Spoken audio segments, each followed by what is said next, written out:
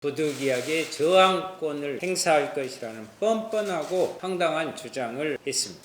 국회를 나설화장으로 만든 동물국회가 헌법을 수호하고 나라를 구하기 위한 행위였다는 것입니다. 회의 방해를 위해 동료 의원을 감금한 일이 3.1운동과 동급이며 국회 곳곳을 불법 점거한 게 5.18 희생자들 도청 사수와 비슷하다는 이야기인지 묻고 싶습니다.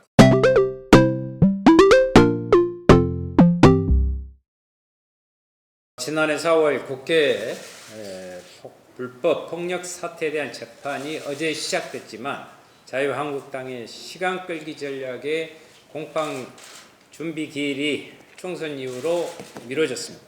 한국당은 재판을 준비할 시간이 부족했다는 핑계에 부득이하게 저항권을 행사할 것이라는 뻔뻔하고 황당한 주장을 했습니다.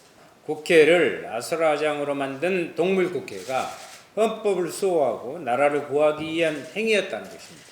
저항권은 3.1운동, 4.19 혁명, 5.18 광주 민주화운동, 60 민주항쟁과 같이 국가 권력에 의해 민주적 기본 질서나 국민의 권리와 자유 등의 중대한 침해가 발생해 최후의 수단으로 실력을 사용할 때만 인정될 정도로 그 기준이 엄격합니다.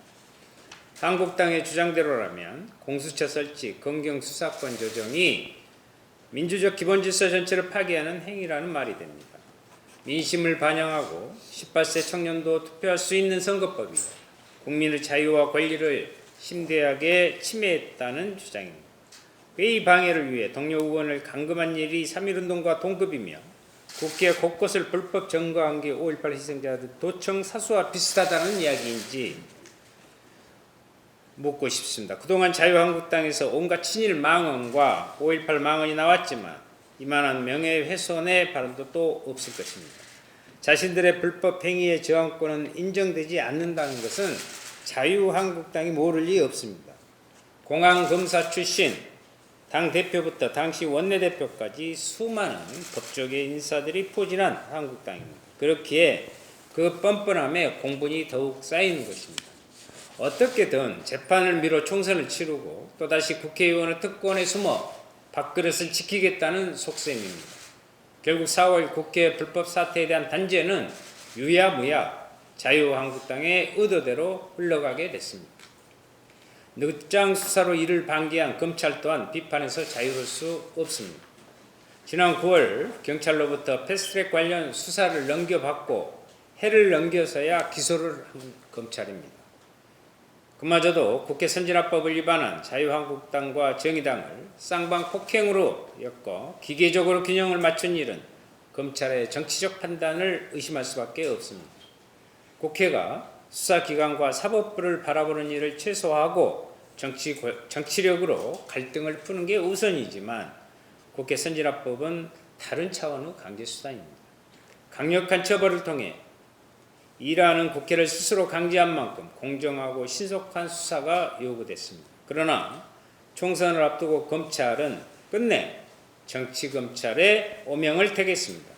패스트트랙 수사와 관련하여 두고 보시면 안다던 검찰에도 강한 유감을 표명합니다. 이번 일이 선례가 되어서는 안 됩니다. 오히려 패스트트랙 불법 폭력 사태와 관련한 한국당의 뻔뻔함과 검찰의 늑장 수사 등은 정치개혁, 검찰개혁의 필요성을 역설합니다. 부족하지만 바뀐 선거제도와 공수처 설치, 검경 수사권 조정을 비롯하여 개혁의 기점은 마련됐다고 봅니다. 본격적인 정치개혁과 검찰개혁은 21대 국회 그리고 지금은 진통을 겪고 있는 달라질 검찰로부터 시작될 것입니다. 2달여 남은 총선 결과에 따라서 정치개혁과 검찰개혁은 계속될 수도 있고 멈춰설 수도 있습니다. 국민 여러분의 현명한 판단을 기대합니다.